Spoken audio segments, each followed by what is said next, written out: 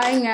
நீங்க ஒரு டைலரா இருந்தீங்கன்னா, நீங்க வெறும் டைலரிங் மட்டும் பண்ணிட்டு இருந்தீங்கன்னா, அத வச்சு நமக்கு இன்கம் ஜாஸ்தியா வராது. இப்ப இருக்க நிலைமைக்கு கடை வாடகை, கரண்ட் பில்லாம் அதிகமா வருங்க.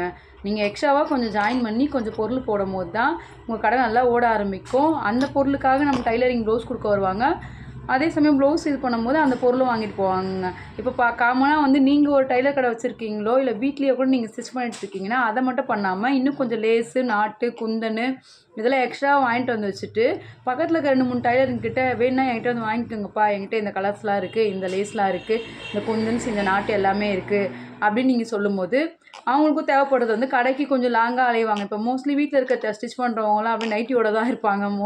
டக்குன்னு ட்ரெஸ் பண்ணிட்டு கிளம்பி போறதுக்கு பால் மட்டும் அந்த லைனிங் வாங்கவோ, நாட்டு வாங்கவோ, லேஸ் வாங்கவோ நீங்கள் அலைய மாட்டீங்க. அந்த சிம்பிளாக லேஸ் வந்து ப்ளவுஸ் வந்து பண்ணி கொடுத்துருவீங்க. அப்போ வந்து உங்கள் கஸ்டமர் ரெகுலராக நிறைய அதிகமாக வரமாட்டாங்க. உங்கள் கஸ்டமர் ரெகுலராக அதிகமாக வரணும்னா நாட்டு, குந்தன், லேஸு, இந்த ஸ்டோன் ஒர்க் சம்மந்தப்பட்ட எதனா ஒரு பொருள் எல்லாமே நீங்கள் எக்ஸ்ட்ராவாக வச்சுருக்கணும். நீடில் அந்த மாதிரி எதனா வச்சுருக்கும் போது அடுத்து பக்கத்தில் இன்னும் டைலர்ஸ் இருக்கும்போது நீங்களாம் ஷேர் பண்ணி அது எவ்வளோ காசு அந்த காசோட ஒரு 2 ரூபா 3 ரூபா மேலே வச்சு நீங்கள் சேல்ஸ் பண்ணிக்கலாம். அதே 20 மீட்டர் நீங்கள் வச்சுட்டு இருந்தாலும் உங்களுக்கு அது யூஸ்ஃபுல்லாக இருக்காது. அதனால் நீங்கள் வந்து பக்கத்தில் இருக்க டைலர்ஸ் கொடுத்தீங்க, அவங்க மாற்றி எதனா ஒரு ப்ளவுஸ்க்கு வச்சுப்பாங்கங்க.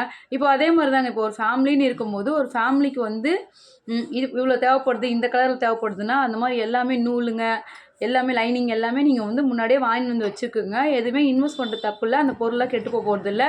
அதே சமயம் உங்ககிட்ட ஒரு லைனிங் வாங்க கூட வரட்டும், பரவாயில்ல. அந்த லைனிங் நீங்கள் விற்றுங்க. அடுத்த டைம் நீங்கள் சொல்லும்போது என்கிட்டயே கடையில் வந்து லைனிங் வாங்க வருவாங்க நிறைய பேர். அதில் பேசி யாருன்னா ஒருத்தர் 2 பேர் நம்ம பிடிக்க வேண்டிய வேலை இருக்குங்க. வேலை எப்போ இல்லையோ அப்போ பிடிக்க வேண்டியது இருக்குங்க. வேலை எப்போவுமே பிஸியாக தாங்க இருக்கும். இருந்தாலும் சில கஸ்டமர் பிடிச்ச கஸ்டமர் இருப்பாங்க. ஐயோ அவங்க நல்லா எது சொன்னாலும் ஒன்றுமே தச்சு கொடுத்தா நல்லா ஒன்றும் சொல்ல மாட்டாங்க. அவங்க கஸ்டமர் நமக்கு வேணும்னு நம்ம ஆசைப்பட்டோன்னா அப்படியும் பிடிச்சிக்க முடியுங்க கஸ்டமரை. அது இல்லாமல் வெறும் ப்ளைன் ப்ளவுஸாக பண்ணாதீங்க, கொஞ்சம் டிசைன் ஒர்க்காக பண்ணுங்கள். வெறும் ப்ளைன் ப்ளவுஸ் பண்ணும்போது அந்த ஏரியாவில் என்ன சார்ஜ் பண்ண முடியுமோ அதான் பண்ண முடியும். பட் டிசைன் ஒர்க் பண்ணும்போது எக்ஸ்ட்ரா லேஸோ நாட்டோ நீங்கள் கை ஒர்க் எதனா ஒன்று பண்ணும்போது இப்போலாம் ஃபியூச்சர் ஒர்க் வருது, ஆரி ஒர்க் வருது, அந்த ஸ்டோன்ஸ்லாம் நிறைய இருக்குது. நம்ம அப்படியே ஒட்டுற மாதிரி கூட வருது. ரொம்ப டைம் எடுத்து ஆரி ஒர்க் பண்ண முடியலனாலும் இந்த மாதிரி ஒட்டுற மாதிரி நம்ம எதனா ஒரு ஒர்க் எடுத்து பண்ணும்போது இந்த ப்ளவுஸ்க்கு எக்ஸ்ட்ராவாக கொஞ்சம் காசு வாங்கலாம். நம்மளும் நல்ல டிசைன் போகிறோம். அவங்க வெளில போய் சொல்லுவாங்க. கண்டிப்பாக ஒரு 1/2 hour 1 hour எக்ஸ்ட்ராவாக அந்த ப்ளவுஸ்க்காக நம்ம ஸ்பெண்ட் பண்ணுறோன்னா அவங்க வந்து வெளியே வந்து இவங்ககிட்ட போனேன், கடையோ வீடோ இவங்ககிட்ட கொடுத்தேன் ப்ளவுஸை நல்லா பண்ணி கொடுத்தாங்க, பாருங்கள் கிராண்டாக இருக்குது, நீங்கள் வேணால் கொடுங்கன்னு அவங்க சொல்லுவாங்க. நம்மளும் அதை சொல்லி அனுப்பிச்சோன்னா நம்ம கஸ்டமர் எக்ஸ்ட்ராவாக இன்க்ரீஸ் ஆவாங்கங்க. கஸ்டமர் எப்போவுமே நம்மளுக்கு எக்ஸ்ட்ராவாக இன்க்ரீஸ் ஆகணும்னா எதனா புது டெக்னிக் நம்ம யூஸ் பண்ணிட்டே இருக்கணும்.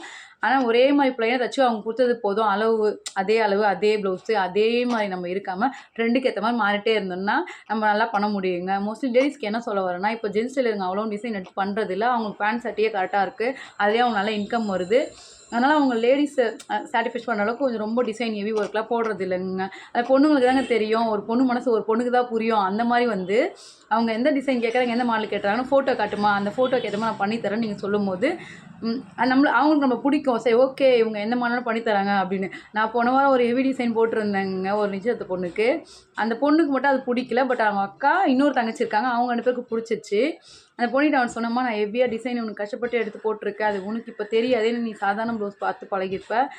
ஒரு ப்ளவுஸ் 2 புதுசாக கல்யாணத்துக்கு முன்னாடி போட்டு யூஸ் பண்ணியிருப்பாங்க. இப்போ உங்கள் அக்காவை கேட்டு போகிறோமா, நிறைய டிசைன் அக்கா என்கிட்ட தச்சிருக்கு. அது இல்லாமல் நீங்கள் சொல்கிறத புரிஞ்சுட்டு ஏற்றுட்டு பண்ணி கொடுக்கறதுக்கு இங்கே டைலர்ஸ் அந்த மாதிரி இல்லை. இப்போ ஜென்ஸ் சைடில் போனால் டிசைனாக எனக்கு டைம் இல்லைங்க, இவ்வளோங்க தச்சு தர முடியும் அப்படி சொல்லிடுறாங்கம்மா. நான் இருந்து சரி நல்லா இருக்கணும், நீ என் தங்கச்சி போல் நான் பண்ணிகிட்ருக்கேன், உனக்கு புரியுதாம்மான்னு கேட்டேன்.